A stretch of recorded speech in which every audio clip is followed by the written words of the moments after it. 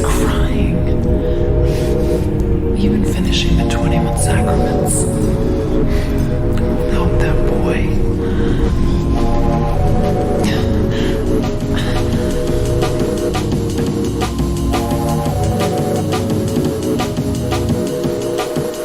Only way to purify her.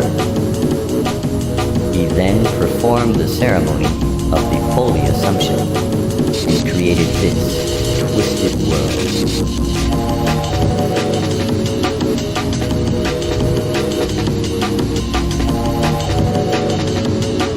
Now, he's become nothing more than an inhuman killing machine. What is up YouTube? Today I have a tiny Tina Wonderlands build video for you guys. This build is so disgusting, I just have to say it. It put the game into an easy mode and it is despised by the community for how broken it is. I'm one of them. I think this build is absolutely cancerous. I don't recommend anyone use this, but the last video on this type builds like 2 years ago and it was Chaos 50, so I just figured I'd do an update video for it since it's free content. In this build breakdown I will show you the gear setup as well as the skill tree and the hero points, and also an in-depth explanation on the playstyle and how this build functions. So let's get into it.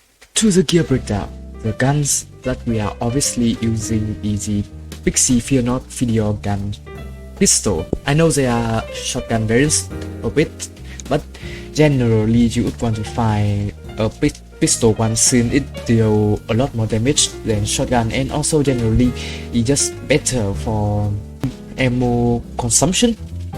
The way you know that it will spawn a pixie when you throw it is by the little text underneath the card.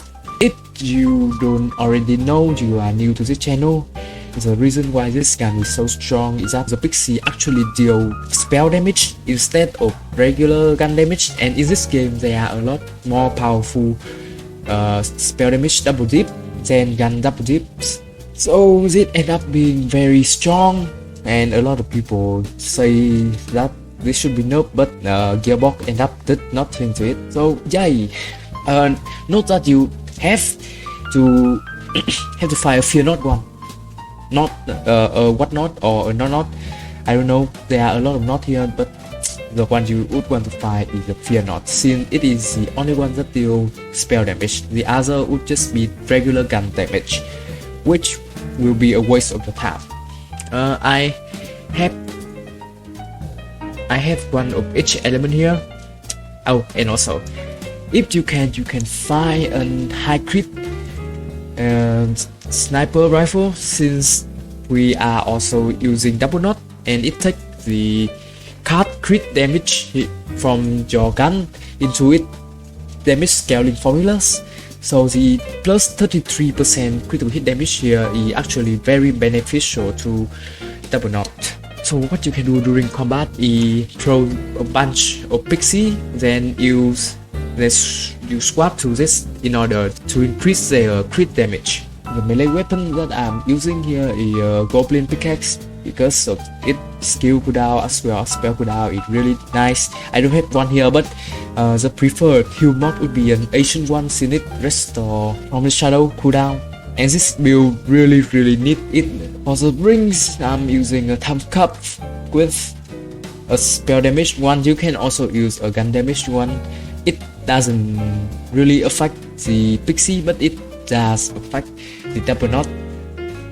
The passive you would want on your rings is pistol reload speed, a spell critical hit damage. You don't really want mark sign here since it doesn't affect much, and it will make you run out of ammo pretty quick. So don't try to avoid mark signs. Other than the thumb cuff, you can also use the magic showcasing rings. It can also be great if you empty the sniper rifle mark first. It is impossible to empty this, by the way, so it doesn't really work. But in situation where you can swap to a low mark guns like this, showcasing ring could be really strong. For the shield or the quad in this game. We are using two of the best shield in the game, one for survivability in body rune and one for consistent damage, which is the Gust Width. The Gust Width also has nice synergy with our glass cannon skill. The armor that we are using is put a stampede with 3 point into double knot. I know it is impossible to farm, but I'm just showcasing the best possible armor that you can get. But realistically, you only need to get the gain 6.9 gun damage. If you actually want to farm this, you only need the gun damage part, because it will increase the card gun damage, not the regular gun damage, which will actually buff the Pixie. Other than that, some more realistic option would be something like a selective amnesia, but be careful, if you don't have enough survivability, it could be very awkward. Some Cave of Time, if you have the DLC for it, the tiebreaker here to apply soak if you aren't using the Cave of Time. If you are using the Cave of Time, I would recommend Wicked Gossip, as it is just a really strong spell to use alone. Okay. On the amulet, we are using the bubble lot, since it can ricochet and double dip, which is really nice, which is really great. Other than that, we also use a sacrificial skip for survivability. The passive one here is for any elemental damage that match your fear not. Either Master power or SpellShot power is preferable, and you would want as much or damage as possible. To the skill tree, we are using SpellShot and Starbomancer, with the action skill choice being From the Shadow. Spell Sniper is here just to... I don't think it really affects the Pixie, but it's here if you want to switch to spell, which is also viable in this build, kind of a hybrid thing. Magic Bullet is to buff our double knot. This is for more reload speed, which means we can put out a lot more Pixie. 400 mana is for spell cooldown. I just put a little point here to get out. Just warming up, I think it does affect the Pixie fire rate. I don't really sure, but just 5 point here is nice. If you don't want it, you can put 3 point here. It doesn't really matter that much. Glass cannon is for spell damage, and as well as the ability to get cursed with active all the time, which is great. High threat count for more spell whipping stack, which means more spell damage. Double knot is our dipping skill, which is really important, and I would recommend you get as much point in the armor in this point as possible. It is the whole reason why Pixie is so broken. So versus threat, it's just a nice skill to have.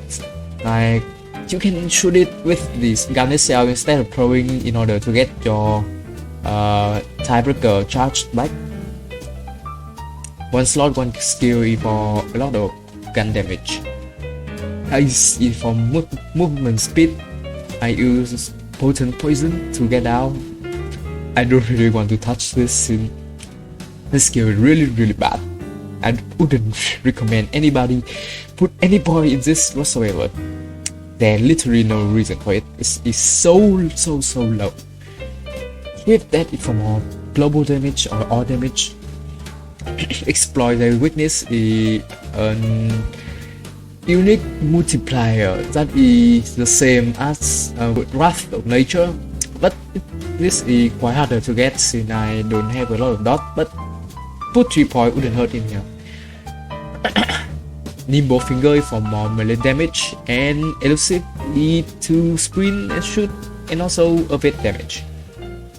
To the hero point, I'm maxing out Strength for crit damage, Attunement for skill cooldown, since getting into From the Shadow is very important in this build, and the rest can go into either Constitution for more survivability, which I do struggle a lot with.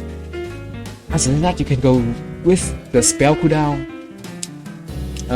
Also, I'm using the Villager Idiot backstory here. So that is it. That is a build. Hope you enjoy it. If you did, Make sure to leave a like and a sub, as well as comment down below on what you think of the video, how I can improve the build, and what new idea do you have in mind so I can maybe showcase them in the future. Appreciate you watching till the end, and see you next time.